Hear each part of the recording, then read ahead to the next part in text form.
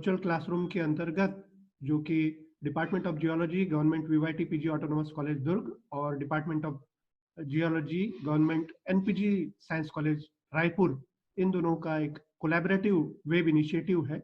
इसके अंतर्गत हमारे जो मुख्य वक्ता है डॉक्टर संदीप वानसूत्रे, जो कि department of geology government NPG science college Raipur में असिस्टेंट प्रोफेसर के रूप में कार्यरत हैं, और उनका साथ देने के लिए मैं doctor S D Deshmukh science college Durg से इस श्रृंखला के क्रम को आगे बढ़ाने के लिए हम लोग आज हार्डनेस और क्लीवेज के बारे में कुछ चर्चा यहाँ करने जा रहे हैं। तो वानसूत्रे सर, नमस्कार, आपका हार्दिक स्वागत है।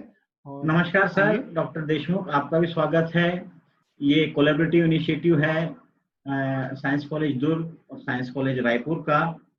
इसमें छात्रों का मैं स्वागत करता हूं, और इसमें एक वर्चुअल क्लासरूम में हम दोनों बराबरी के वक्ता हैं, कोई मुख्य वक्ता नहीं है।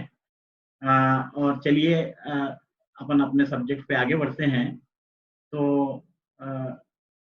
जो फिजिकल प्रॉपर्टीज की हम बात कर रहे थे कि खनिजों को भौतिक गुणों के आधार पर कैसे पहचाना जाता है, उन फिजिकल प्रॉपर्टीज को, भौतिक गुणों को हमने पहले वीडियो में, इस श्रृंखला के पहले वीडियो में हमने एनुमरेट किया था, और वो था colour, cluster, streak, cleavage, fracture hardness, specific gravity, form, habit. और इनके आधार पे जब हमने एक बार खनिज को पहचान लिया, तो जब हमने खनिज को पहचान लिया तो हम उसमें, छात्र उसमें लिखते हैं, उसमें लिखा जाना चाहिए कि यदि ये मिनरल स्फटिक है या XYZ जो भी है, अतः इसका रासायनिक संगठन ये है और ये इस क्रिस्टल सिस्टम में क्रिस्टलाइज होता है। उसके बाद में इसमें एक डायग्नोस्टिक प्रॉपर्टी होती है, मिनरल की हो सकती है, स्पेशल प्रॉपर्टी भी किसी खनिज में हो सकती है, उसके बारे में भी डॉक्टर साहब हमने डिस्कस किया था। लेकिन यहाँ पे इस स्लाइड में आप देख पा रहे हैं, छात्र लोग देख पा रहे होंगे कि इन सारे प्रॉपर्टीज को हम उनके प्रॉपर्टीज के आधार पे डिवाइड कर सकते हैं, प्रॉपर्टीज को डिवाइड कर सकते हैं। क्रिस्टल शेप के आधार पे हम क्रिस्टल फॉर्म और क्रिस्टल हैबिट उसको बांटा जा सकता है। Then properties based on the interaction with the light.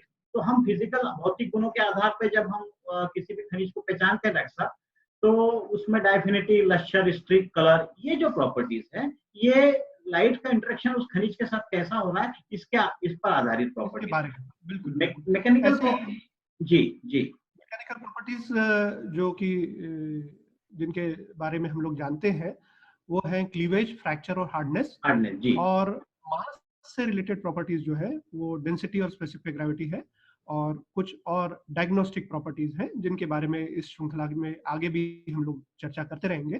तो आज अच्छा डॉक्टर साहब, मुझे ऐसा लगता है कि इसमें एक बात छात्रों को ध्यान देने योग्य ये है कि किसी भी एक प्रॉपर्टी या दो प्रॉपर्टीज के आधार पर किसी भी खनिज को नहीं पहचाना जा सकता। तो ये एक जिसको कहते हैं इन टोटलिटी। आप जैसे हम किसी खनिज को, मान लीजिए हमने एज्यूराइट को पहचानना है, तो ठीक है, उसमें एक नीला कलर ही होता है। सारी दुनिया में जब एज्यूराइट मिलेगा तो नीले कलर में ही मिलेगा, लेकिन उसको बाकी प्रॉपर्टीज के कॉम्बिनेशन में ही पहचाना जा सकता है। या स्फटिक का उदाहरण यदि हम ले, तो केवल अगर कोई लक्ष्यर है और हार्डनेस 7 है, तो उसके आधार पे हम नहीं कह सकते कि ये स्फटिक है। तो सारी प्रॉपर्टीज को इन टोटल देखा जा सकता है, ऐसा ही है शायद। बिल्कुल बिल्कुल जी। तो जो प्रॉपर्टीज हैं मिनरल्स की, वो मुख्यतः दो चीजों पर निर्भर करती है। एक तो उनकी केमिस्ट्री के ऊपर जी, जो कि उसका केमिकल कंपोजिशन है, और दूसरा स्ट्रक्चर से तात्पर्य उनके अंदर जो आंतरिक परमाणुिक संरचना है, इंटरनल एटॉमिक स्ट्रक्चर है, और साथ ही साथ जो फोर्सेस, जो बॉन्ड्स उन एटम्स को अपने साथ में बांध के रखे हुए हैं, इन दो चीजों पर ये सारी फिजिकल प्रॉपर्टीज निर्भर करती है। तो सर, आज जो बात आप हार्डनेस के बारे में हमसे शेयर करना चाहेंगे, प्लीज कुछ हार्डनेस के बारे में हमें बताइए। तो हार्डनेस डॉक्टर साहब, जो है the hardness of the mineral, आप स्लाइड पे देख पा रहे होंगे, छात्र लोग देख पा रहे होंगे। Hardness of the mineral is a way describing how easy और difficult it is scratch the mineral. It is used in combination with the other physical properties to help to identify the mineral specimen. तो कठोरता जो है जी, कि कोई भी एक property को लेकर हम किसी मिनरल को आइडेंटिफाई नहीं कर सकते। तो जैसा अभी आप इसमें कह रहे हैं कि ये और फिजिकल प्रॉपर्टीज के कॉम्बिनेशन के साथ में इसको यूज करके हम मिनरल को आइडेंटिफाई कर सकते हैं। जी जी। तो हार्डनेस जो है सर, कठोरता जो है, it is resistance being scratched by more measure of the strength of the chemical bonding. Quartz, a common component of the dust gem, having harder than the quartz, considered as the durable in context of the hardness. Sir यहाँ पे एक मुख्य बात हम छात्रों से discuss करना चाहेंगे कि जो कठोरता है वो कठोरता scratchability, how the mineral is resistant to the scratchability, उसको कितने आसानी से खरोचा जा सकता है, इसका मेजर है एक प्रकार से ये। और इसको मेजर करने के लिए मोहस नाम के वैज्ञानिक ने, भूवैज्ञानिक ने 10 मिनरल्स को लगभग 2000 mineral species, non mineral species है, जिसमें से उन्होंने 10 मिनरल स्पीसीज को एक क्रम में, बढ़ते हुए क्रम में अरेंज किया था, और उसको हम उसकी रिलेटिव हार्डनेस कहते हैं। यहाँ पे सर नेक्स्ट स्लाइड में यदि हम देख सके तो एक चीज में बहुत मुख्य बात सामने लाना चाहूंगा कि एक कॉमन कंफ्यूजन है छात्रों में कि हार्डनेस और टफनेस क्या है। तो यहाँ पर sir hardness is a resistance to scratchability, और टफनेस जो है it is resistance to breaking. ये बहुत इंपॉर्टेंट बात है। ऐसा लगता है सामान्यतः कि कोई मिनरल यदि हार्ड है तो वो टूट नहीं सकता। इस बात को यदि विषयांतर न हो और आपकी अनुमति हो तो मैं एक छोटी सी बात आपसे शेयर करना चाहूंगा कि एक फिल्म आई थी कुछ साल पहले, अवतार, तो जिसमें राजेश खन्ना अभिनीत वो पिक्चर थी, जिसमें राजेश खन्ना एक डायमंड इंडस्ट्री में काम करते हैं, उनके हाथ से डायमंड गिर जाता है, वो टूट जाता है। उस समय मैं स्कूल में पढ़ा करता था, तो मैं ये सोचा कि डायमंड टूट कैसे जाता है, वो तो सबसे हार्ड होता है। लेकिन यहाँ पे देखिए टफनेस और हार्डनेस अलग अलग चीजें। चित्र में छात्र लोग देख पा रहे होंगे कि ऊपर के चित्र में वो डायमंड का चित्र और नीचे एक जेड का चित्र है। ये चाइनीज जेड है जिसमें कार्विंग बहुत आसानी से होती है, और कार्विंग इसलिए हो पाती है कि ये टफ है, ये हार्ड भले ही नहीं है लेकिन ये टफ है। इसको समझने के लिए डॉक्टर साहब हम एक लकड़ी का उदाहरण भी ले सकते हैं। लकड़ी पे कार्विंग बहुत आसानी से इसलिए होती है, इंग्रेविंग इसलिए आसानी से होती है कि लकड़ी हार्ड भले ही ना हो लेकिन वो टफ है। यदि आप चौथी पांचवी मंजिल से लकड़ी को ऊपर से छोड़ देंगे तो लकड़ी टूटेगी नहीं, और यदि हम ढलवा लोहा को छोड़ेंगे, कास्ट आयरन को, तो वो टूट जाएगा। जबकि ढलवा लोहा ज्यादा हार्ड है, लकड़ी आपके नाखून से स्क्रैच हो जाएगी या सिक्के से स्क्रैच हो जाएगी, वो हार्ड नहीं है लेकिन वो टफ है। बहुत सुंदर सर।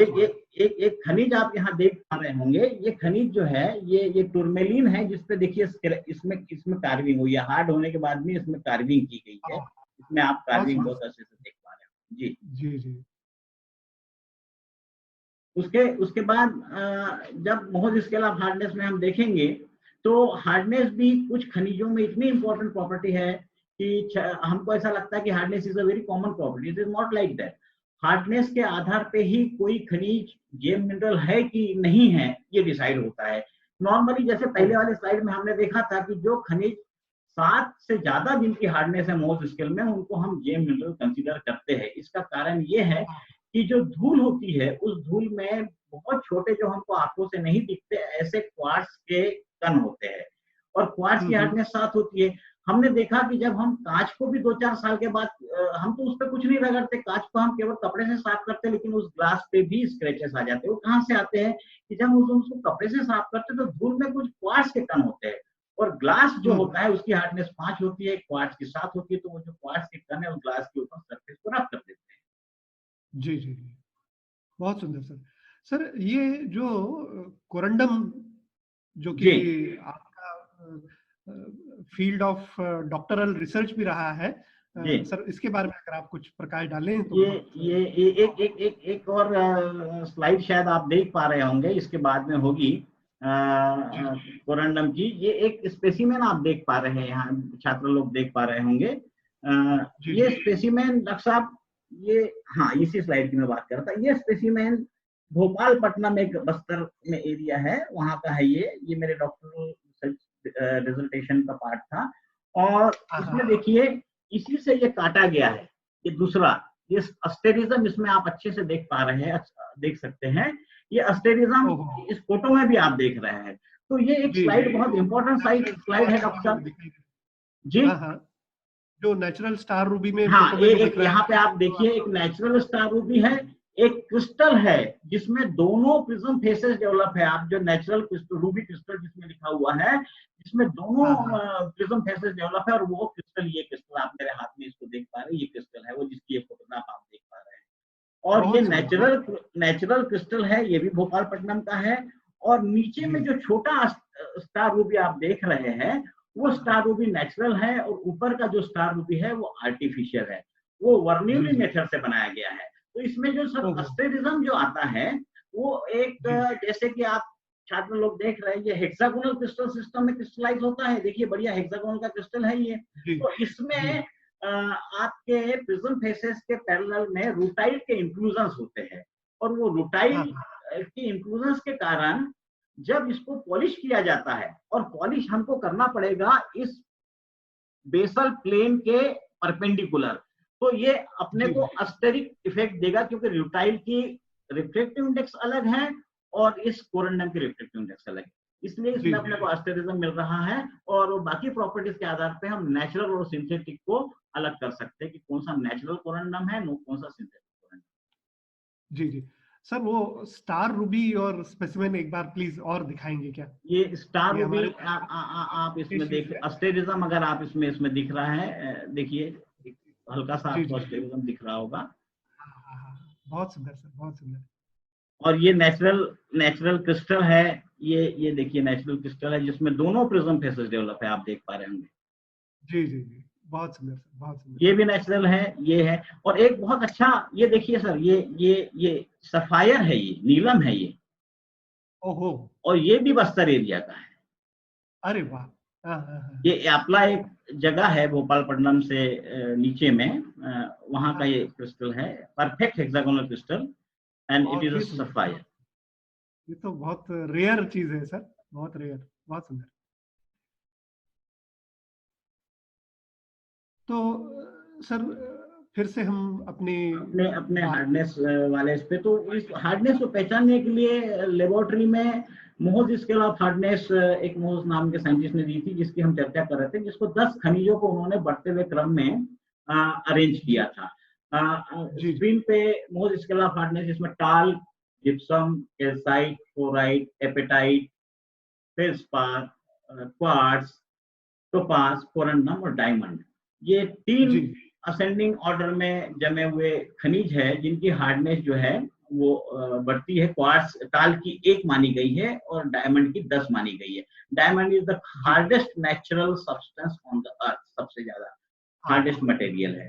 क्वार्ट्ज जी जो है वो सबसे सॉफ्ट मटेरियल है, इसीलिए छात्र लोग, देखा होगा छात्र लोगों ने कि जब टेल्कम पाउडर जो होता है उस पर टेल्कम लिखा होता है, उसमें टेल्कम इसीलिए लिखा होता है कि वो टाल्क से बनता है, जिसकी हार्डनेस सबसे कम है। ये कॉमन क्वेश्चन किसी जी। के दिमाग में ये आ सकता है कि टाल्क से क्यों बनता है, क्योंकि उस पाउडर को हाँ हमको अपने बॉडी पे अप्लाई करना है, तो जो सॉफ्टेस्ट मटेरियल होगा, जिसकी हार्डनेस हमारी इस स्किन से कम होगी, हम उसी को अप्लाई कर सकते हैं। जिसकी हार्डनेस हमारी स्किन से ज्यादा होगी, हम उसको अप्लाई नहीं कर सकते। मतलब स्किन से ज्यादा तो नहीं कहना चाहिए कंपेरेटिवली, बट जो सॉफ्टेस्ट मटेरियल हम उसी को अप्लाई कर सकते हैं, हाँ, मतलब स्किन को जो हार्म नहीं करे। हार्म न पहुंचाए, स्किन को जो जी हार्म न जी। पहुंचाए। जी बहुत सुंदर सर, बहुत सुंदर। सर ये जो मिनरल्स को हम लोग स्टडी करते हैं, आइडेंटिफाई करते हैं, तो अब अब हर समय तो हमारे पास में मोहस कह रहा हूँ हार्डनेस का जो हार्डनेस बॉक्स जो हमारे पास लैब में रहता है, शायद सर आप दिखाना चाहेंगे उसको ये हम एक लोगों ये को? हार्डनेस बॉक्स जैसे होता है सर, वैसे ये हार्डनेस पेंसिल्स आती है, यहाँ पे आप देख जी रहे जी होंगे, ये हार्डनेस पेंसिल्स है, जिसमें ये मिनरल्स की पेंसिल्स है। इसमें सारे मोज स्केल ऑफ हार्डनेस के मिनरल्स इसमें जमा है। इसमें आप एक ओहो। पेंसिल निकालिए, उस मिनरल को आप स्क्रैच करिए, और यदि वो मिनरल स्क्रैच हो जाता है, तो इस उसकी हार्डनेस इस पेंसिल की हार्डनेस से, मतलब इस मिनरल से ज्यादा होगी। तो इसमें इसमें टाल का तो पेंसिल नहीं रहता है, लेकिन जी इसको 4 के बाद इसमें सारी पेंसिल्स इसमें होती है, तो इस हिसाब से हार्डनेस निकाली जाती है, हार्डनेस पेंसिल्स आती है। वैसे ही बहुत मोज सुंदर। स्केल मोज बॉक्स भी होता है, हम लोग कॉलेजेस में लैब में मोज हार्डनेस बॉक्स देते हैं कि उसमें कंप्लीट हार्डनेस छात्र लोग निकाल पाए। तो जी जब जैसा आपने कहा डॉक्टर साहब कि उनके पास हमेशा मोज बॉक्स तो नहीं होगा, तो क्या होगा कि हमने 3 स्टैंडर्ड सर पैमाने माने हैं। एक आपके थंबनेल, जिसकी हार्डनेस हम जी लगभग 2.5 मानते हैं। उसके बाद में सेकंड, जी उस जी पे हम अगर आगे जाए और तो दूसरा पैमाना हम मानते हैं ग्लास प्लेट का, जिसकी हार्डनेस हम लगभग 5 मानते हैं, और तीसरा पैमाना हम मानते हैं स्टील नाइफ का, जिसकी हार्डनेस हम 6.5 मानते हैं।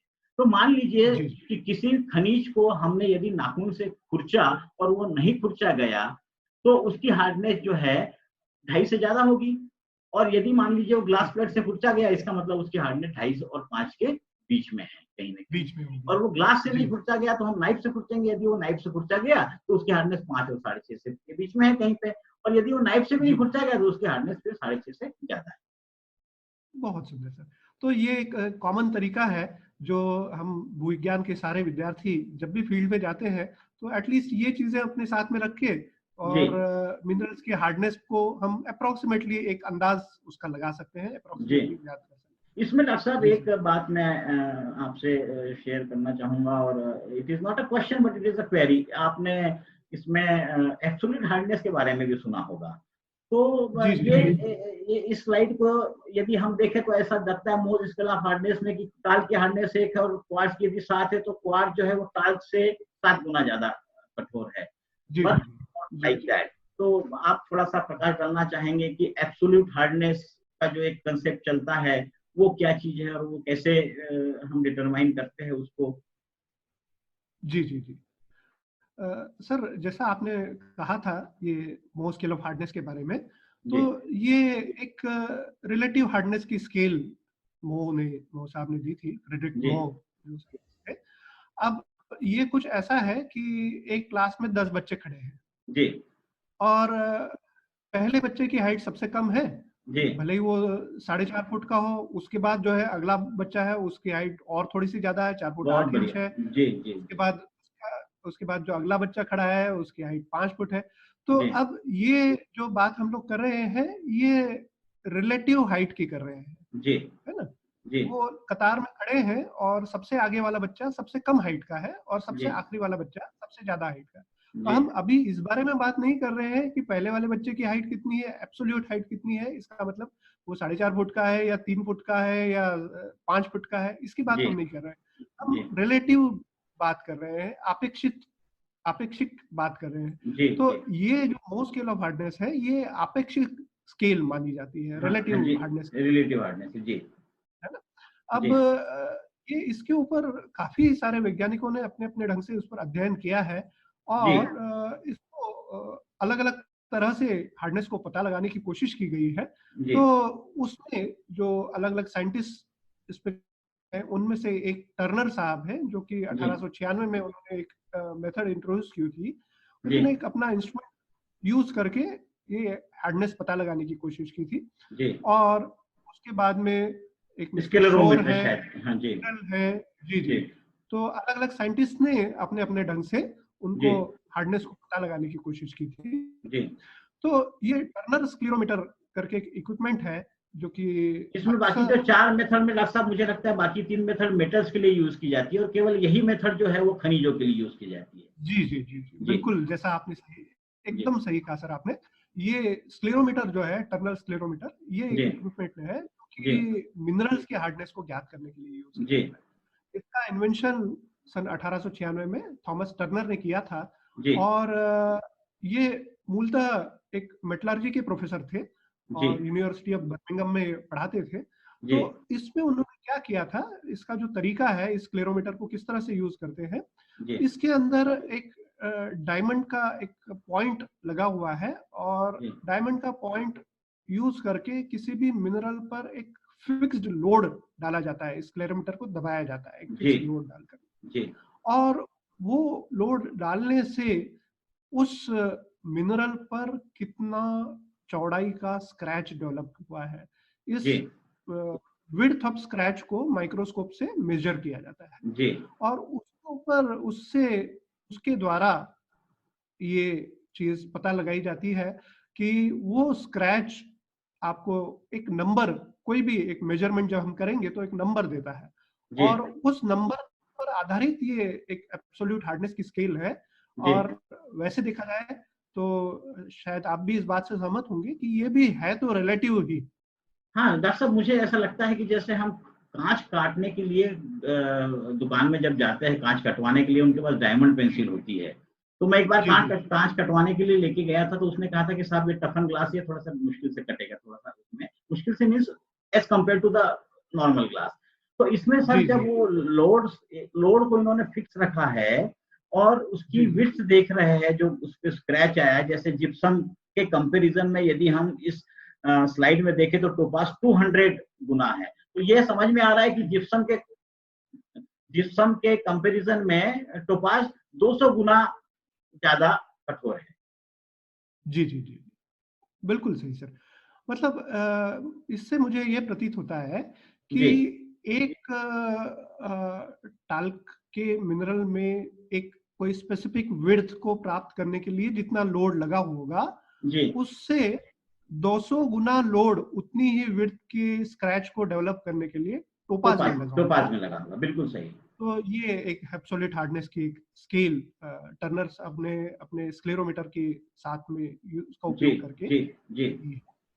और सर ये रूबी के बारे में थोड़ा सा और हम लोग आपसे जानना चाहेंगे, क्योंकि आपका ये डॉक्टरल रिसर्च का टॉपिक रहा है, तो थोड़ा सा विषयांतर जरूर हो रहा है, पर जी क्योंकि रूबी कोरंडम है और कोरंडम मोह स्केल ऑफ हार्डनेस में 90 नंबर पे 9 है। नंबर पर तो है, इसमें सर जो इस कि स्लाइड मूवमेंट में की। छात्र लोग जी जी जी जी छात्र जी लोग इस स्लाइड में देख पा रहे होंगे कि जो ऊपर में सिंथेटिक स्टार रूबी लिखा हुआ है, इसमें जी सर ये सिंथेटिक एक वर्न्यूली मेथड होती है, जिसमें वर्न्यूली नाम के साइंटिस्ट ने इसको डेवलप किया था, जिसमें प्योरली अच्छा। क्रोम एनवायरमेंट में इस रूबी को बनाया जाता है। इसलिए दोनों के ओह, स्टार, यदि आप सिंथेटिक और नेचुरल के स्टार देखेंगे तो सिंथेटिक का स्टार परफेक्ट है, क्योंकि इसमें हाँ जो हाँ रूटाइल इंक्लूजन है, ये रूटाइल इंक्लूजन जी परफेक्ट आया है, और चूंकि ये प्योर क्रोम एनवायरमेंट में बना है तो इसका कलर भी ज्यादा अच्छा है बनस्पत की, ये जी नेचुरल जी कोरंडम के, जी जी ये आप देख पा रहे हैं, है ना। बहुत तो सुंदर बहुत सुंदर। इसी आधार पे इसको पहचाना जाता है, क्योंकि इसमें स्कैटर्ड स्टार हमको दिख रहा है, इसमें परफेक्ट स्टार हमको दिख रहा है, इसमें ज्यादा गुलाबी कलर हमको दिख रहा है, इसमें कम गुलाबी कलर हमको दिख रहा है, क्योंकि ये नेचुरल प्रोसेस से बना है, उसमें केवल क्रोम जी एनवायरमेंट में वो वर्निली मेथड से बना है। जी जी जी बहुत सुंदर सर। बहुत